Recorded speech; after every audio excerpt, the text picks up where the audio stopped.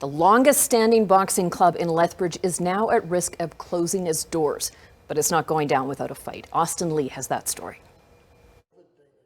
Some gyms and clubs have been able to get back on their feet with the help of government assistance programs, but that's not the case for the Lethbridge Boxing Club.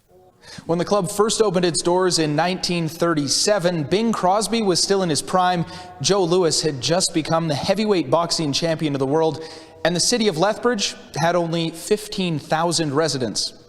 The club's head coach, Rick Duff, competed in the 1984 Olympics. A close fight, a tough fight, but Rick Duff of Lethbridge, Alberta has won it. He's had the chance to coach hundreds of people in the region, from competitive fighters to anyone interested in the sport. But now the club's storied history is at risk of coming to a grinding halt. When we don't get athletes coming in and paying their membership and all that, it really hurts the pocketbook. The club is currently behind on its bills from December, January, and February. For 19-year-old member and 2017 junior national champion Kyle Oliver, seeing the gym get knocked out would be devastating.